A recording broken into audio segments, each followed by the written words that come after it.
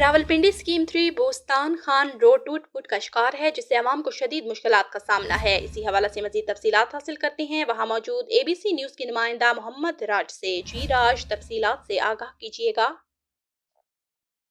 جی بالکل، راولپنڈی اسکیم 3 کی چودھری بوستان خان روڈ پر شہریوں کو مشکلات کا سامنا ہے۔ چودھری بوستان خان روڈ گزشتہ کئی ماہ سے ٹوٹ پھوٹ کا شکار ہے۔ سڑک پر ہر جگہ بڑے بڑے گڑھے موجود ہیں۔